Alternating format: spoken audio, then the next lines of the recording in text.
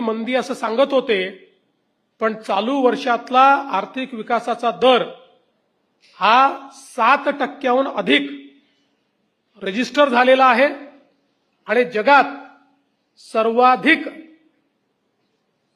विकास वृद्धीचा दर हा भारताचाच आहे।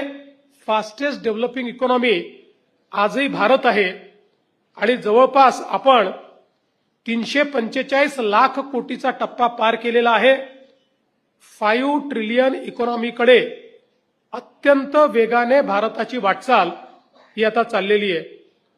विदेशी मुद्रा भंडार 67 लाख कोटी रुपये आता आपल्याकडे आहेत। पुढच्या 11 महिन्याचे सगळे इम्पोर्ट्स आणि भारतावर जे विदेशी कर्ज आहे ते 94% कव्हर करण्याची क्षमता आज भारताच्या तिजोरीत आहे। एक काळ आपण असा बघितला की विदेशी कर्जाखाली बुडलेला भारत फ्रेजाईल 5 अर्थव्यवस्था आणि वर्ल्ड बँक किंवा IMF हे सांगायचं की यातनं बाहेर निघाला नाही तर भारत डेट ट्रॅपमध्ये जाईल, कारण विदेशी कर्ज परत करण्याकरता भारताकडे पैसे नाहीत।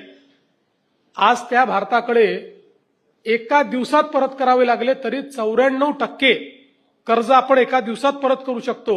UPAच्या सरकारमध्ये 1 महिन्याच्या इम्पोर्टचे देखील आपल्याकडे विदेशी मुद्रा नसायची, ती आता 11 महिन्याची आपल्याकडे आपल्या स्टॉकमध्ये या ठिकाणी आहे। GST आता 22 लाख कोटींवर गेलाय आणि अर्थातच यात पहिल्या क्रमांकावर महाराष्ट्र आहे। UPAचा जो व्यवहार आहे याच्यामध्ये 12,000 पटींनी वाढ झाली आहे आणि 314 लाख कोटी रुपयाचे डिजिटल व्यवहार आज भारतात चालले आहेत। चायना सहित सगळ्या देशांना भारताने मागे टाकलेला आहे डिजिटल व्यवहारांमध्ये आणि विशेषतः आम्ही तयार केलेला UPI हा आता जगातले 30 देश वापरतायत। ब्राझील सारखा देश हा देखील आता UPI वर शिफ्ट होतोय।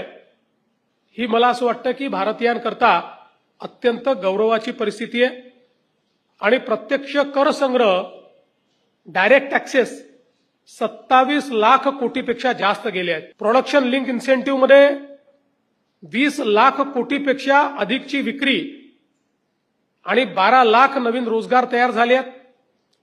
मेक इन इंडियामध्ये इलेक्ट्रॉनिक उपकरणं आता 1.9 लाख कोटीवरनं 11.3 लाख कोटीवर गेली आहेत आणि सेमी कंडक्टरच्या क्षेत्रामध्ये भारत आता वैश्विक हब होतोय। जवळपास 1,64,000 कोटी रुपयाच्या 12 प्रकल्पांना सेमीकंडक्टर क्षेत्रामध्ये देशामध्ये मंजुरी मिळाली आहे आणि चिप्सचं प्रोडक्शन देखील आता भारतामध्ये सुरू झालेलं आहे।